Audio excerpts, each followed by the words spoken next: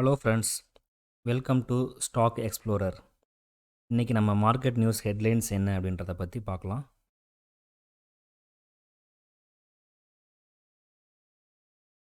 Today Yes Bank வந்து Salesforce அப்படின்ற company கூட ஒரு அக்ரிமெண்ட் போட்டிருக்காங்க, பார்ட்னராக ஆயிருக்காங்க. இதனால் வந்து இவங்களுக்கு என்ன பெனிஃபிட்னு பார்த்தீங்கன்னா, நல்ல ரீட்டைல் கஸ்டமர்ஸை வந்து ஃபைன் பண்ணுறது கொஞ்சம் ஈஸியாக இருக்கும். அதே மாதிரி லோன் அப்ளிகேஷனை வந்து ப்ராசஸ் பண்ணுறதில் கொஞ்சம் ஸ்பீடப் பண்ணலான்ட்டு இருக்காங்க. And then cost cutting. So இதனால் வந்து கொஞ்சம் காஸ்ட்டும் அவங்களுக்கு சேவ் ஆகும் அப்படின்ற மாதிரி அவங்க ஃபீல் பண்ணுறாங்க.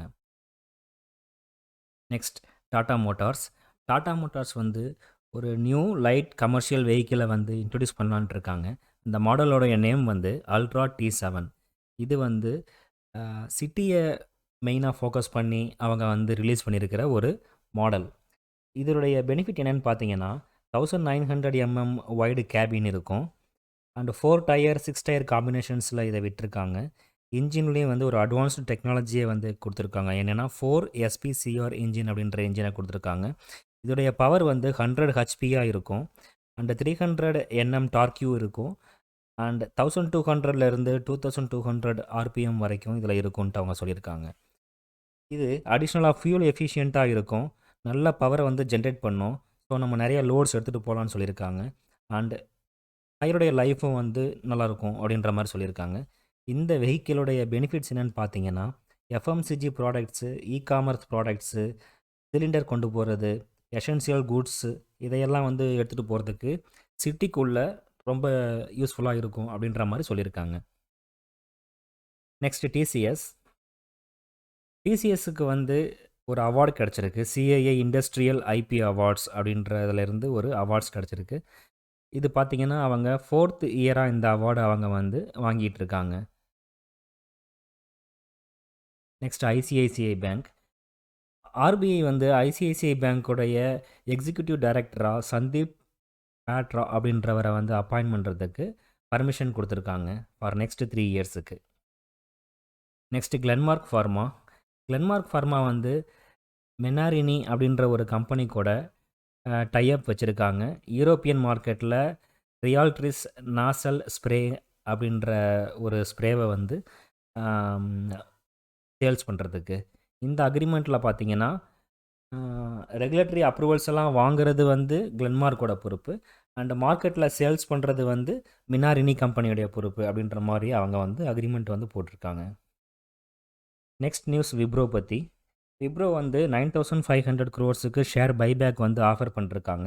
இந்த ஆஃபருடைய ஸ்டார்ட் டேட் வந்து 29th டிசம்பரில் இருந்து ஸ்டார்ட் பண்ணுறாங்க. அண்ட் க்ளோசிங் டேட் வந்து 11th ஜனவரி.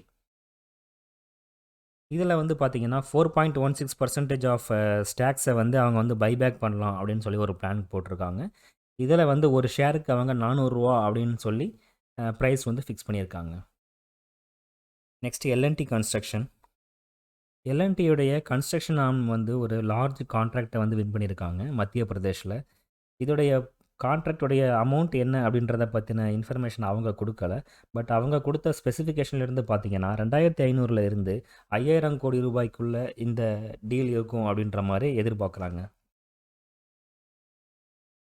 Next sensor technologies. UK based NFU mutual அப்படின்ற கம்பெனி வந்து சென்சார் டெக்னாலஜியை வந்து டிஜிட்டல் சர்வீஸ் அண்ட் டெக் பார்ட்னராக வந்து செலக்ட் பண்ணியிருக்காங்க. நெக்ஸ்ட் எஸ்பிஐ கார்ட்ஸ் வந்து 450 crores வந்து ஃபண்ட் ரைஸ் பண்ணுறதுக்கு ஒரு பிளான் போட்டிருக்காங்க. இந்த ஃபண்ட் ரைசிங் வந்து NCD மூலமாக இருக்கும்ன்றதையும் அவங்க தெரிவிச்சிருக்காங்க. நெக்ஸ்ட் குஜராத் கேஸுடைய ரேட்டிங்கை வந்து கிறிசில் நிறுவனம் AA+ ஸ்டேபிள் அப்படின்ற அந்த ரேங்கிங்லேயே வந்து அகைன் வந்து ரீஅஃபர்ம் பண்ணிருக்காங்க. ஆல்ரெடி வந்து அதே ரேட்டிங்கில் தான் இருந்துச்சு. இப்போது அகைன் அதே ரேட்டிங்லேயே வந்து அதை வந்து கண்டினியூ பண்ணிருக்காங்க.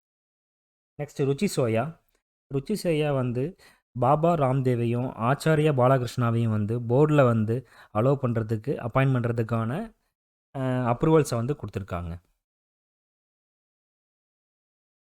நெக்ஸ்ட் இன்னையுடைய FII அண்ட் DII டேட்டா பற்றி பார்க்கலாம்.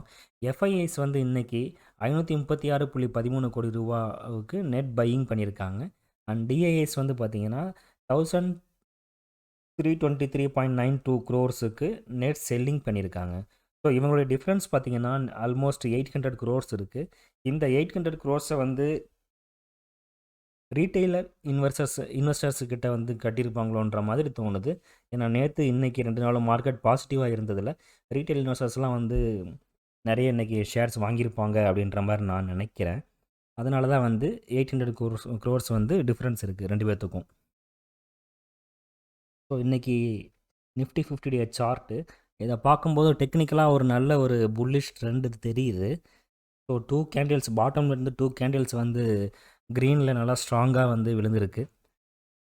பட் டிஐஏ அண்ட் எஃப்ஐஐ டேட்டாவை பார்க்கும்பொழுது 800 க்ரோர்ஸ் வந்து ரீட்டைல் இன்வெஸ்டர்ஸ் கிட்ட வந்து இன்றைக்கி பை பண்ணதுனால நாளைக்கு வியாழக்கிழமை இந்த வீக்கோட எக்ஸ்பைரி இருக்கும். ஸோ நாளைக்கு எப்படி மார்க்கெட் போகுன்றது நமக்கு வந்து தெரியலை. டெக்னிக்கலாக புல்லிஷாக இருந்தாலும் ஒரு ஸ்மால் டவுட் இருக்குது எனக்கு இந்த மார்க்கெட் நாளைக்கு எந்த டைரெக்ஷனில் போகுன்றதை பற்றி. Thank you friends.